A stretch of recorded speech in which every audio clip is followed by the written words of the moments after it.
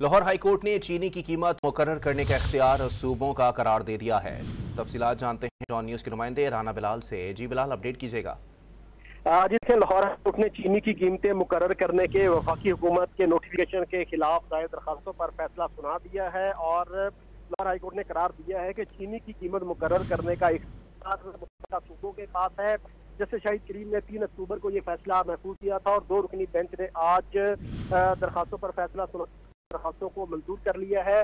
वफाकी हुकूमत ने चीनी की कीमतें मुकर्रर करने का नोटिफिकेशन जारी किया था, जिसे मुख्तलिफ दरखास्तों के जरिए लाहौर हाई कोर्ट में चैलेंज किया गया था। दरखास्त गुजार की जानिब से भी वकला ने दलाइल दिए, जबकि पंजाब हुकूमत की जानिब से Imran Khan Kaler assistant advocate general है, उन्होंने दलाइल दिए थे और वफाकी हुकूमत की जानिब से असद अली बादशाह उन्होंने दलाइल दिए थे। अदालत ने फरीकैन वकला के दलाइल सुनने के बाद 3 अक्टूबर को ये फैसला महफूज किया था, जो कि अब से कुछ देर पहले अदालत ने फैसला सुना दिया है। और चीनी की कीमत मुकर्रर करने का जो इख्तियार है, अदालत ने ये कहा है कि ये इख्तियार सूबों के पास है। वफाकी हुकूमत के नोटिफिकेशन के खिलाफ ये दरखास्त लाहौर हाई कोर्ट में दायर की गई।